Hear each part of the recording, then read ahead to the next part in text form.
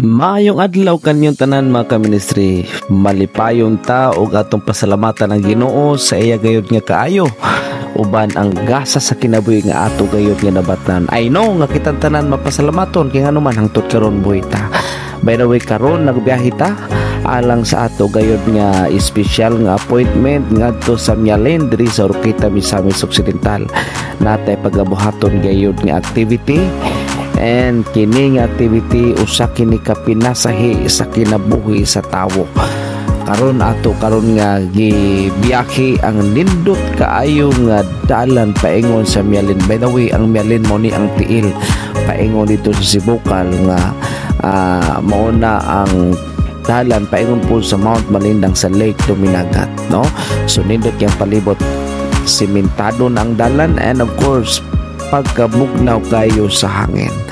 Alright, so karon nga adlaw excited kay ko kay first time nako ning makabisita, makaadto ni ini kayo nga dapit mo nang ang akong ulo galingi sa walag sa to kay gusto jud ko mutan-aw kun unsa gyud nawong aning dapita. Og pagabot nato may diretso rin ta dito sa Suba tungod kay karong adlaw ang ato gayud nga pagabuhaton mao ning ato gayud nga baptism. Yes, ang gitawag nato nga santos nga bautismo. Kining bautismo espesyal kaayo ni sa kinabuhi sa tawo kay anuman mao ni ang ikaduha nila nga kinabuhi. Kung sa ila gayud nga physical nga kinabuhi na ay birthday, ang baptism mao po ni ang ikaduha nilang kinabuhi sa espirituhanon gayud nga bahin.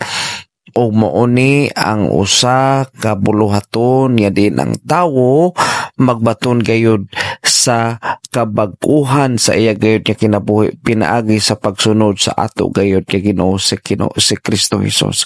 So karong adlaw ni ami karong sa Suba dinhi sa Mialin kun imong tanawon pagka tin-aw gayud sa tubig. Karon ato nagisugdan ang ato gayud nga bautismo uban sa ato gayud nga mga kaigsunan nga gikalipay nila ang pagdawat kang Kristo ingon nga personal nila gayud nga manuluwas. By the way, mga ka-ministry, mga pinangga, mga higala, akong isulti nga na kaninyo, ang pipila ka mga lakang sa dili pa mudawat ang tawo sa usa ka bautismo. Una, dapat iya gayud ang kunon nga siya masalaypon ung nagkinahanglan siya og manluluwas. Iyang ang kunon nga siya ang kugalingon nagkinahanglan siya og Ginoo nga wala siya arang mahimo kun wala ang Ginoo. Ikaduha, dapat iyang dawaton ang kamaturan, ang pulong sa Ginoo, ang mensahe sa balang kasulatan, ang mensahe sa kaluwasan nga diin iya gayud nga nakaplagan sa diha, iya gayud nga gitun-an ang pulong sa Ginoo. Ug human nga iya gayud nga gitun-an ang pulong sa Ginoo, of course andam na siya sa pagsunod niini.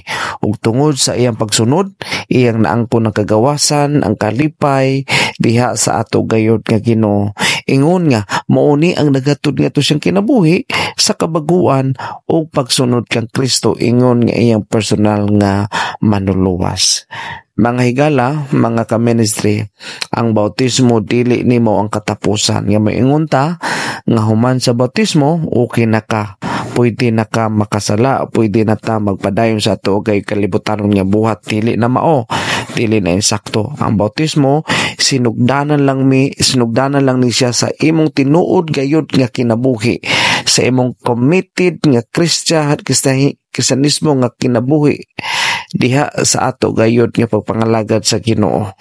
In other words, sugod ni nga din ikaw magbasa sa pulong sa Ginoo, mga lagad sa Ginoo, sugod kini nga imo gayud nga simbahon na Ginoo sa imong tibok nga kinabuhi samtang nagpaabot ka sa pagbalik sa ato gayud kay Ginoo. Okay, kining pagbautismo kagawasan man ni nga imo gayud nga naangkon diha sa atong Ginoo. So mao ni ang imo gayud nga sination. So, by the way, karon human sa bautismo, ato gi-welcome ang tanan. Yabi-abi na to siya tungod kay kabahin na sila sa ato kay iglesia o ikalipay na to sila nga nahimong kauban sa pamilya sa Ginoo. Of course, human sa mao gayud nga appointment na to, dalitang nga mibalik sa ato gayud nga dalan aron nga makapauli ta pabalik sa Oroqueta City.